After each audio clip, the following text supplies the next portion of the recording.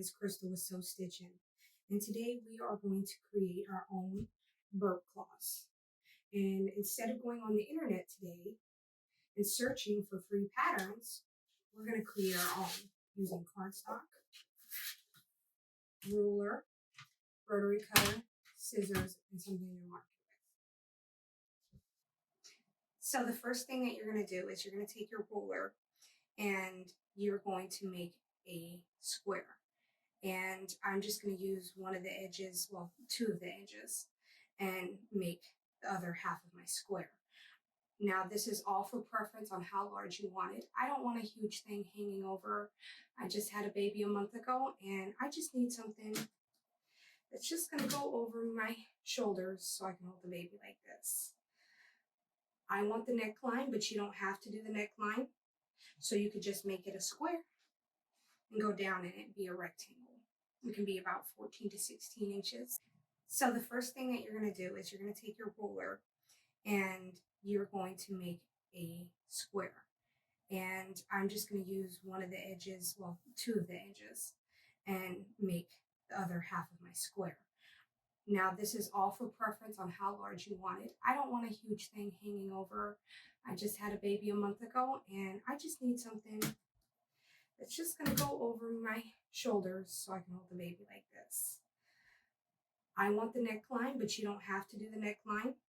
So you could just make it a square and go down in it and be a rectangle. So we have a square.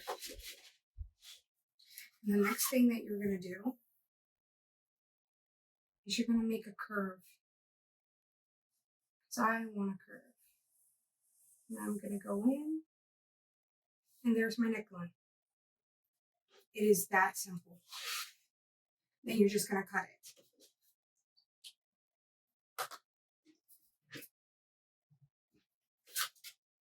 I like to cut out the square first.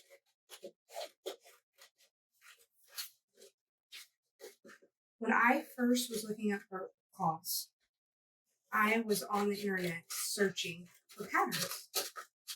And I can't even tell you how many different patterns and how much they cost, or if they were free, how long it took me to get the pattern. And then I didn't like the pattern. So I'm just like, I'm crafty. I sew. Let me just make my own pattern. So you see, that's how we do it. So the next thing that you're going to need to do is get your fabric. And what I did is I got fabric. I got this fabric from Carter's. It's a receiving blanket. It's a 4-pack. Look at how long that is. That is pretty long, and it's very nice flannel. And then it's a 4-pack. I got all of these cut out. All of these. It was a pack of 4. Pretty nice, huh? And then you're going to need to get your terry cloth, which I just went to my local Walmart and I got me a nice towel, nice and big. And what you're going to do is you're going to grab that template that you just cut out and you're going to cut strips using your template. So what we're going to do next is we're going to take these strips and I'm going to put it on top of it. And you see how they have these lines right here for the towel? I'm just going to cut to the length of my cloth. And now I have 2. So then you're going to take these to the fold. And if it helps, put fold right here so you don't get confused. Now these are the fold lines, both of them right here. And I am going to cut. Don't cut your template.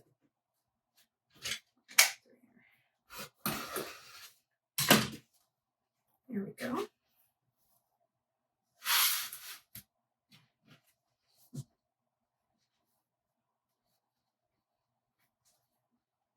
Then what you're going to do is clip each side.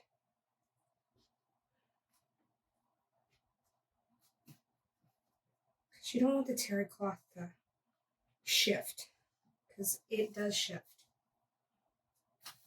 And you're going to just press down, take your rotary cutter, and just follow your template.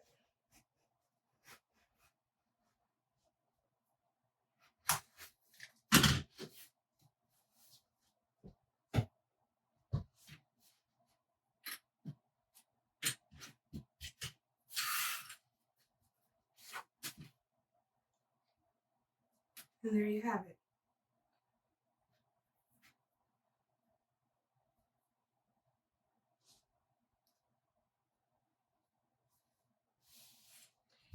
Now you might want to give this a press, and if you don't want to do anything but sew it together, you're just going to sew it right sides together, and make sure that you leave a 2 to 3 inch opening. And then after you're done, you're going to do a ladder stitch. You're just going to sew all the way around it. But I'm going to take mine to an embroidery machine because I like the quilted look. So like I said, you can take it straight to the sewing machine. But what I'm going to do is embroider. And when I mean embroider, I am going to take this top piece. And you see that stipple? It looks like it's been quilted. It looks so cute. And also, I told you that you could do a rectangle. And look at that. Isn't that just adorable? And I did with the same ones, a set of 3. And then you just take them and go. Because you're always going to need to burp that baby. So what I'm going to do now is hoop my burp cloth. And if you want to do this step, I got terry cloth all over the place. You're going to need water-soluble stabilizer, the mesh kind, not the clear plastic. And you're just going to place it down. We're going to be floating the burp cloth. And so you want to make sure that the water-soluble stabilizer is nice and taut. What I'm also going to do as an extra precaution is pin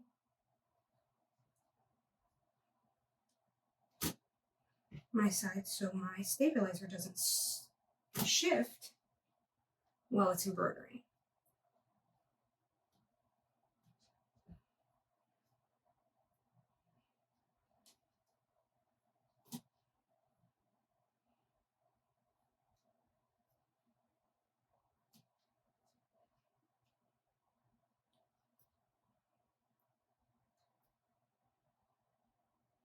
And make sure you watch your fingers so you don't poke yourself when you're pulling it out.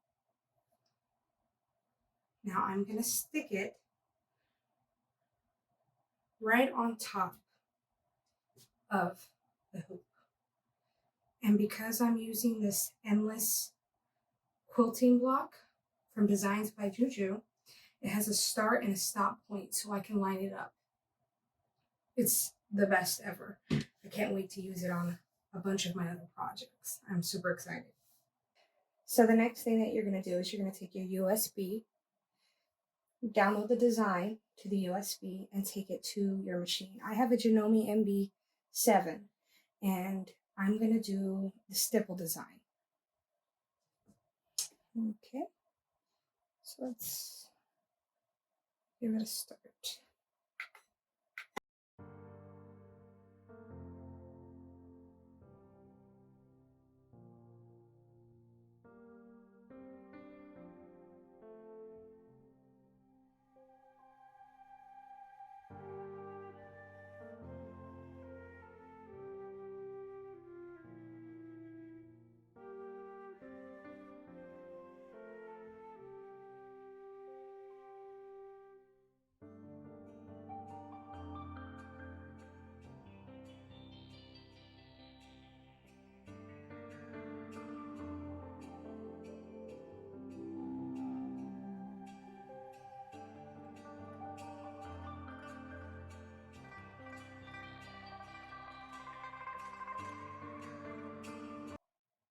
So then you're going to take it out of the hoop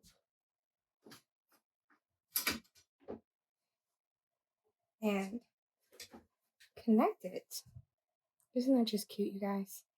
Now see, it still has the design over there, but we're going to be locking in this when we sew over it. But you have this little line right here. It's a connecting line right here, both of them. So you can connect from either side, which I love. And then I'm just going to place it, rehoop it, and start it and stop it and connect the lines so that it's seamless. So it looks like one full quilted burp cloth. And I love that. So now that I rehooped my stabilizer and I started and stopped just like I said. And do you see that? That's my starting point. So what I'm going to do is pop it in there, make sure it's in there good, and take my design, that line, and we're just going to line it up.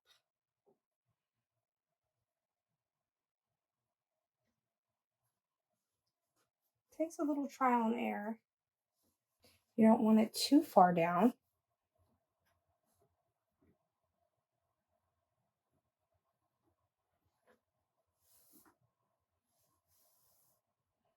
And we're going to try to give that a try.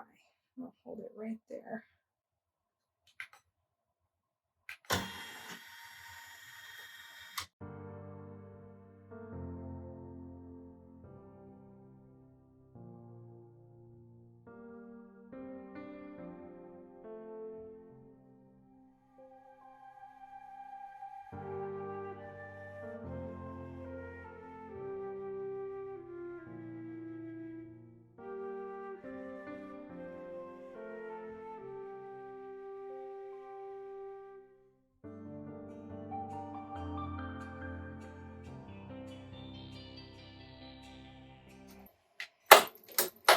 That's all we need to do. Now that's done. So now that I've taken it out of the hoop, I am going to trim the batting along the edges. Just use your fabric as a guide. Use your rotary cutter to go in there and cut it nice and smoothly.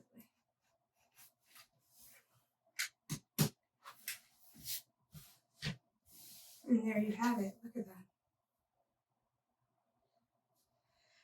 Okay, so we're at the sewing machine. And we're just going to start sewing and make sure that you lock in your stitches with a back stitch.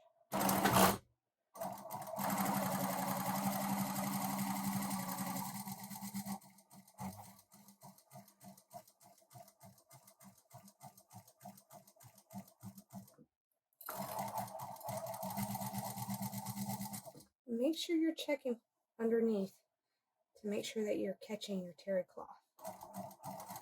Like I said, it likes to shift.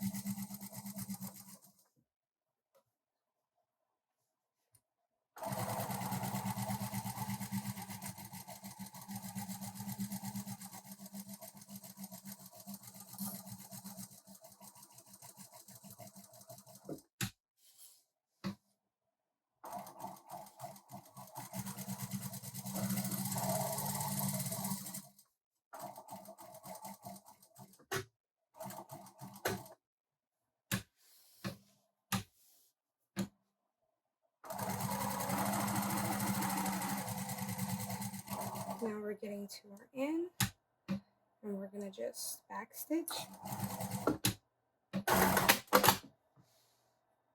And then go to the other side and start again.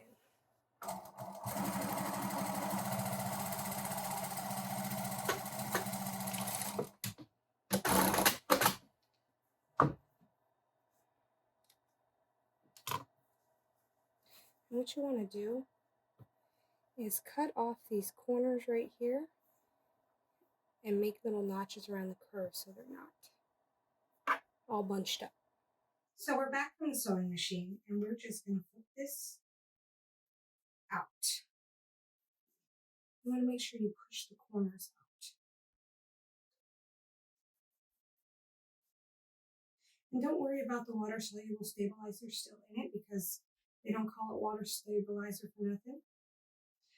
It washes out in the washing machine and there will not be a trace left in it. And the best part about flannel and the terry cloth is every time you wash it, it gets softer. Again, make sure you're poking out these edges and curves really good. I like to stick my finger in there and kind of go along the seams.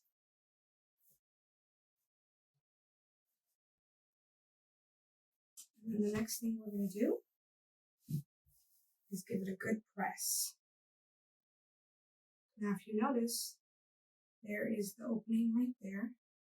This is why we're going to give it a good press, because then I'm going to take it to the sewing machine and do a top stitch. And when I do my top stitch, it's going to just close it right up.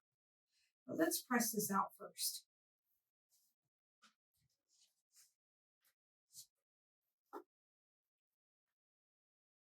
Sometimes you got to roll with the seams a little bit.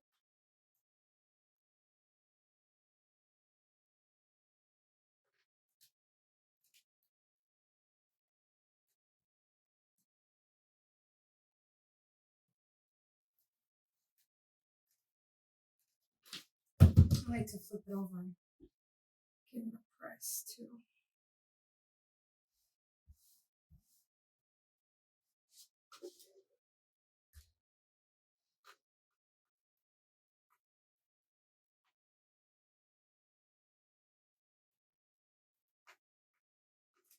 There you go. We're just going to take it back to the sewing machine. So let's get stitching. So we're back at the sewing machine, and we're going to try to take it a little bit slower this time because this is our pretty fast machine. And I am going to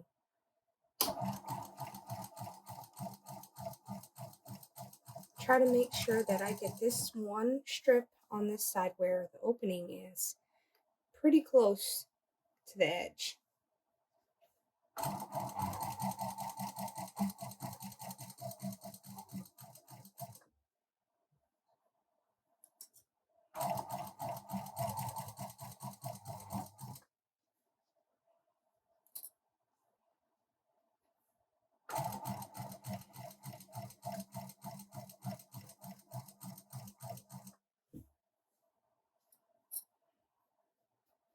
Kind of likes to roll in, even though we gave it a good press.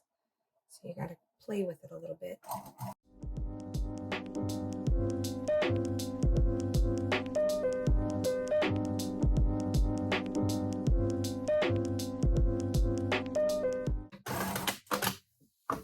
And there we go. Clip your edges. Take it back to the press. So we're back, and we are ready to press our burp cloth.